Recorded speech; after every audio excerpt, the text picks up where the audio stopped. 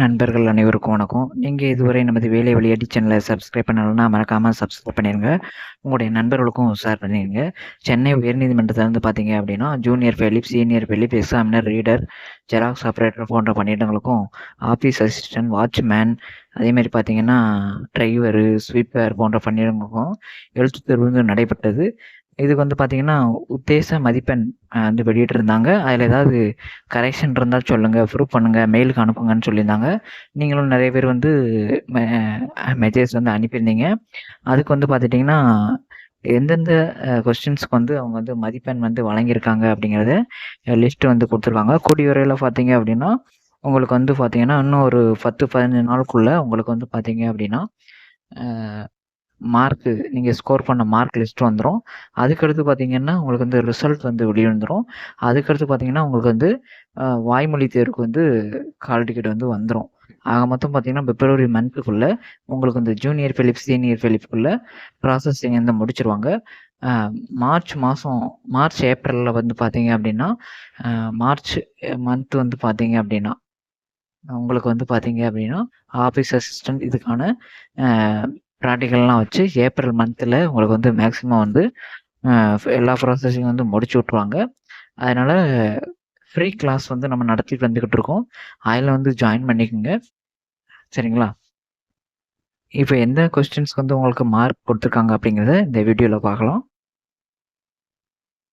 Madras high court recruitment செல்லில் வந்து பார்த்தீங்க அப்படின்னா, approved final answer key A series and EI series common written examination 9/11 நடைபெற்ற ஆஃபீஸ் அசிஸ்டன்ட் அந்த போஸ்டிங்க்கும், அதே மாதிரி பார்த்தீங்க அப்படின்னா gardener, cleaners worker, night watchman அது வந்து 10ஆம் தேதி நடைபெற்ற அந்த கொஸ்டின்ஸ்க்கும் சொல்லியிருக்காங்க. அதே மாதிரி பார்த்தீங்கன்னா ஜூனியர் ஃபெலிப்பு, சீனியர் ஃபெலிப்பு, எக்ஸாமினர் ரீடர் போன்ற போஸ்டிங்க்கு வந்து அப்ரூவ்டு ஆன்சர் கீ வந்து ஃபைனலாக உள்ள ஆன்சர் கீயும் வந்து அவங்க வந்து சொல்லியிருக்காங்க.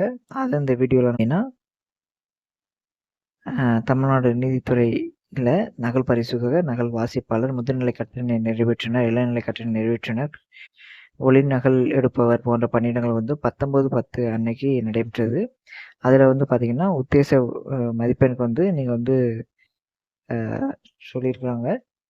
வினா எண் 70 பகுதி ஆவணால பொறுத்தமட்டில் அனைத்து விடைகளும் தவறாக இருப்பதால் அந்த வினா மதிப்பீடு செய்வதிலிருந்து நீக்கப்பட்டு அதிகபட்ச மதிப்பெண் வந்து 119, அதிகபட்ச 19 வந்து 119. பகுதி ஆவண்ணா வந்து நீக்கப்பட்டுள்ளது. என்னும் பகுதி ஆவிற்கான குறைந்தபட்ச தேர்ச்சி மதிப்பெண் 48 மதிப்பெண்கள். அதில் வந்து எந்த விதமான இதுவும் வந்து செய்யப்படவில்லை அப்படின்னு சொல்லியிருக்காங்க. அதிகபட்ச மதிப்பெண் வந்து ஒரு கொஸ்டின்ஸ் வந்து பார்த்தீங்க அப்படின்னா அவங்க வந்து நீக்கிட்டாங்க. மதிப்பீடு செய்து வந்து ஒரு மதிப்பெண் வந்து எல்லாருக்கும் காமனாக வந்து நீக்கிட்டாங்க. சரிங்களா? அதனால அதில் வந்து பார்த்தீங்கன்னா மொத்தம் 170 மதிப்பெண்.